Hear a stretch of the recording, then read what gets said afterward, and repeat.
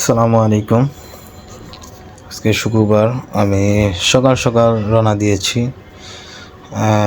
যাত্রাবাড়ি কাজলাতে ভোর 7টার সময় একটা টার্কি মুরগি কেনার জন্য। ফেসবুক থেকে একটা নাম্বার নিয়েছি, সেটা একটা ছোটো ভাইয়ের নাম্বার। তার সাথে কথা বলেছি, সেটা টার্কি মুরগিটা কাজলাতে অবস্থিত। তাই সকাল বেরোলাম। আজকে একটু শীত, তাই জ্যাকেটটা পরে বেরিয়েছি, যেহেতু বাড়ি যাচ্ছি। যেতে যেতে চলে আসলাম খিলগাঁও পুলিশ ফাঁড়ি মেন রাস্তায়। এখন বাস গাড়িতে উঠে আমার বন্ধুদের কাছে যাচ্ছি। মানিকনগর এসেছি, আমার বন্ধু দুইটা, ওদের সাথে নিয়ে একবারে টার্কি মুরগা নিতে যাচ্ছি।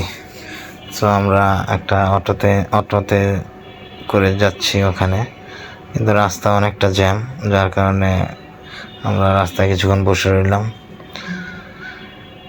দেন চলে আসলাম আমাদের সেই কাঙ্ক্ষিত টার্কি মুরগির বাসায়। এই ছোটো ভাইয়ের কাছ থেকে টার্কি মুরগিটা নিয়ে নিলাম।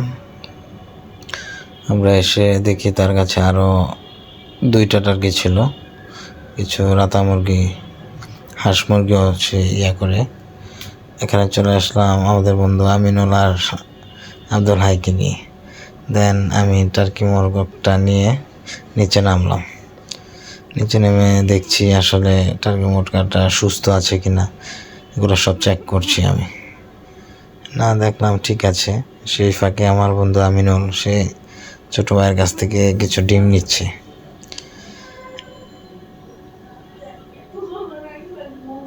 চলে আসলাম আমরা এই বাড়িটা থেকে টার্কিটাকে নিয়ে। এটা একটু গ্রাম সাইডে পড়েছে, যাত্রাবাড়ি থেকে কিছুটা দূরে। এখানে শাকসবজিও আছে, তাই আমরা চলে গেলাম এই টার্কি মোরগটাকে নিয়ে বাড়ির দিকে রওনা দিচ্ছি।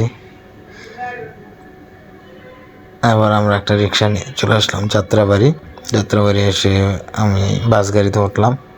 ওঠার পর দেখলাম যাত্রীরাও টার্কিটার দিকে তাকাচ্ছে, এমনকি হেল্পার মামা ও আমার সাথে কথা বললো।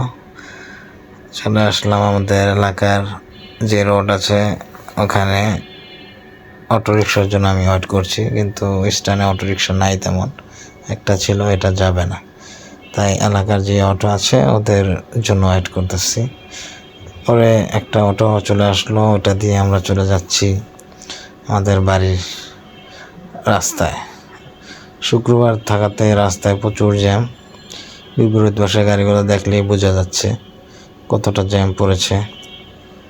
ধর আমরা রং সাইড দিয়ে চলে আসলাম আমাদের এলাকার রোড, গ্রামের রাস্তায় চলে আসলাম বাসায় যাওয়ার জন্য।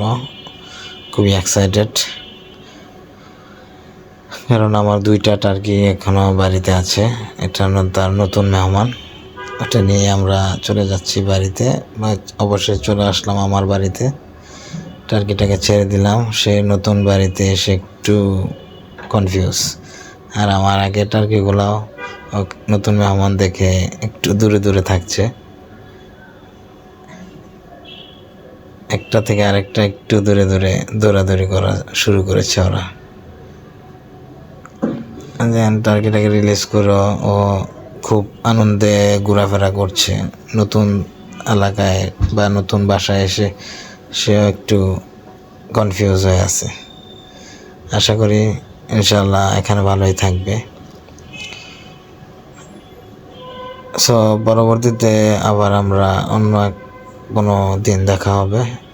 আজকের মতো এখানেই